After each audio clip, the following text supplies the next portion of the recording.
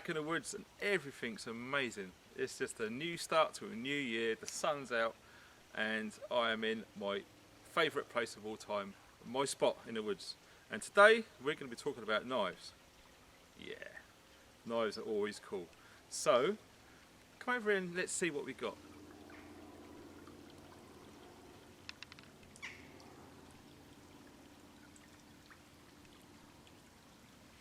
Right, this is my partner and I's collection of Chyrose knives from our friend over in Cornwall. We just had the privilege to meet. Absolute awesome guy, as you can see on the screen now when we all met up together. Had a fantastic time, and the inspiration he must get from that neck of the woods is incredible. So the first little blade, as you can see, Adrian is a big fan of his mirror polish. It's just something for utility. This one's going to be used at work. This is an old knife, number 58. He always stamps his earlier knives so he can sort of check up on his progress. But it is really coming on leaps and bounds, and he uses the top quality, the best steel that he can get. We end up with awesome knives. Most of this is RWL 34 steel, which is really excellent. Hard use, and it doesn't really rust.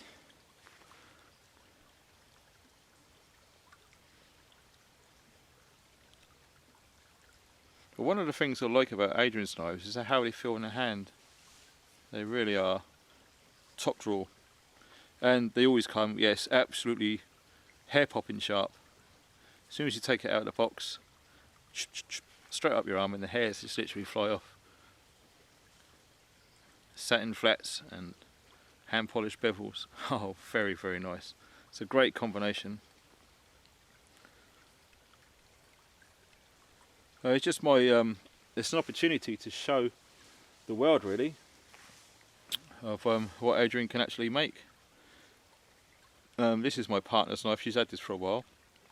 She's proper gifted some abuse. This one's actually been used to prepare rabbit. Of course we're both vegan, but obviously with a ferret, you know, they have to eat raw chicken, raw meat, and this has been used for doing rabbits and chickens, etc. And I really do like this actually, how it feels in the hand. I think my hand's about 9.5, and it's just like made for your hand. I don't know how he does it. It's awesome, and I love the way that the blade sweeps over.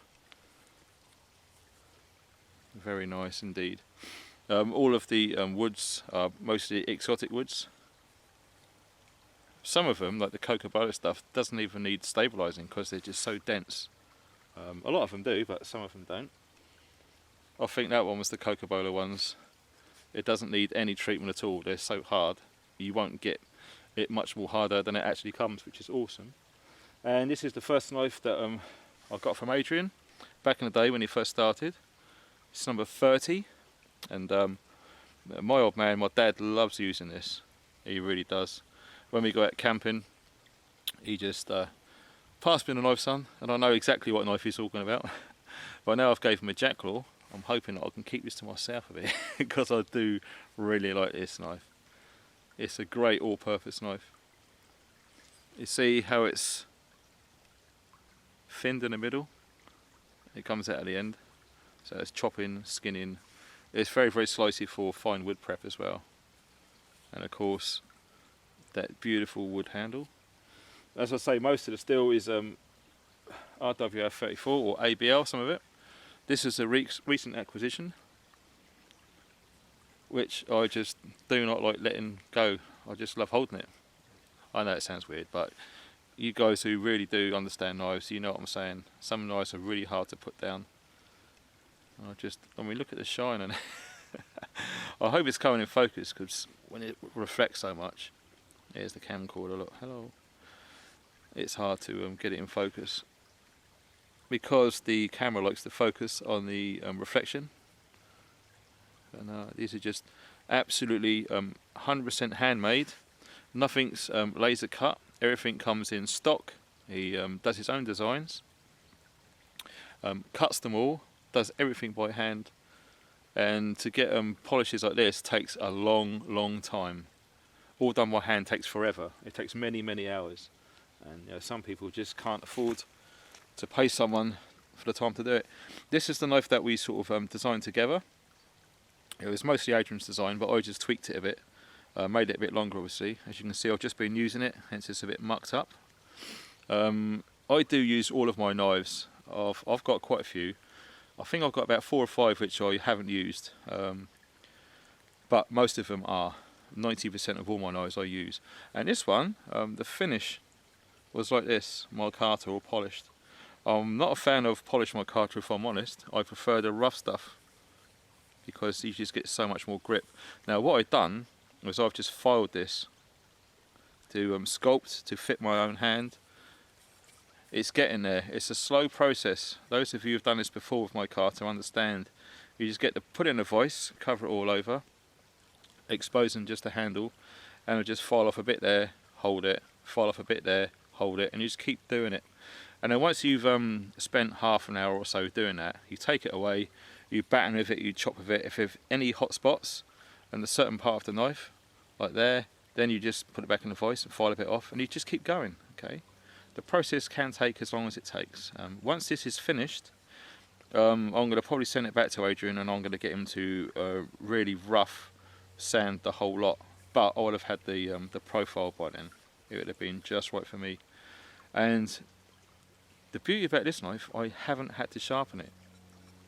This is very, very, I think this is 60 to 63 Rockwell. It's very, very hard.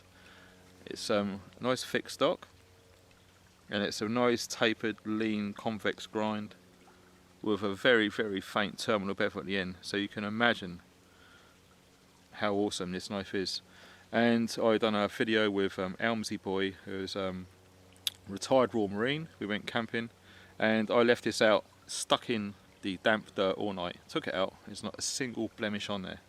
Now you probably couldn't do that with 1080 carbon steel. It will just rust spots everywhere. It will eat it that quick. But this thing, yeah, you can leave it outside. I think Adrian done some tests on this RWL 34 steel. Left it out in his garden. I think it is for a week or 2. I can't quite remember. I'll have to check my Instagram message, but it went on for a long, long time, and there wasn't a mark on it. The steel is very, very expensive.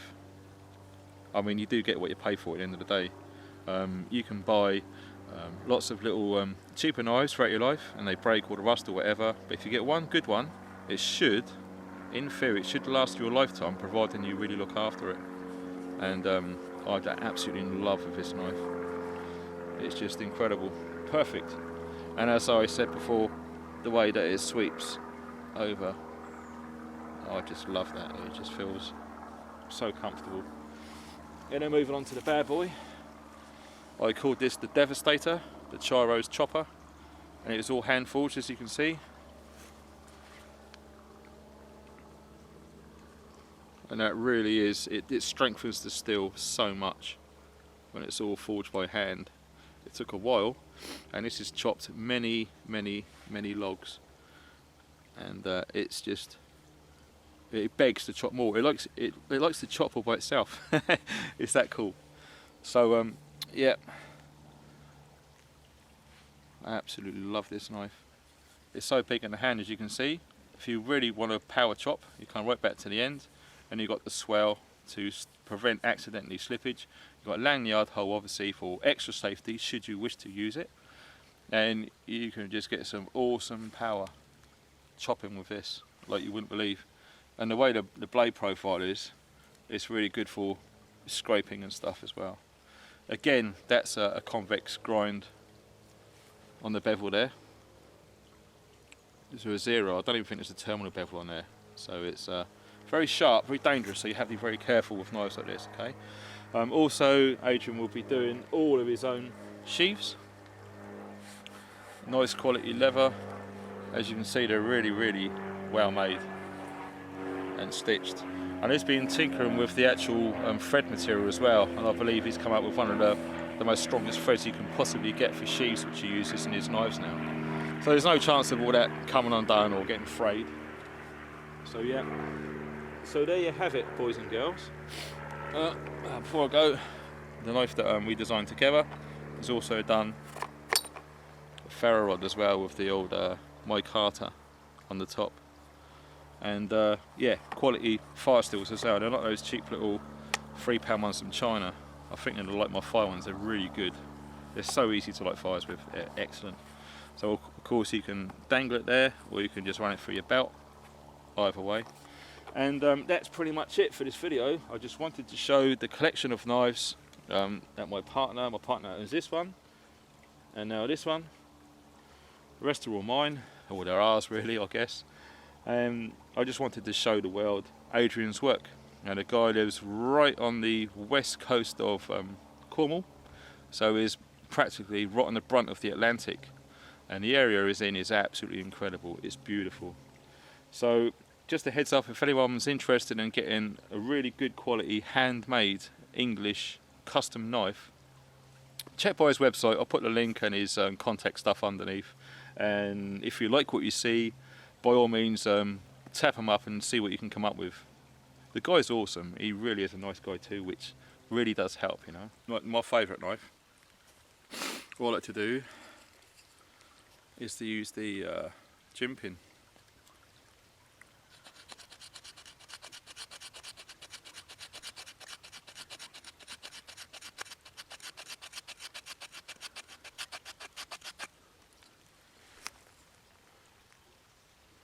On your fat wood, you only want one spark on there and she's all good.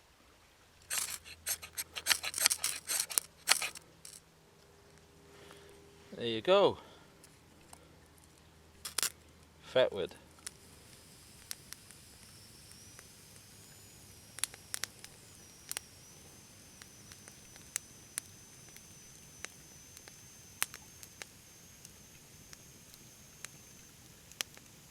So there you have it, guys. I hope you found this video of interest. Thanks for watching and stay funky.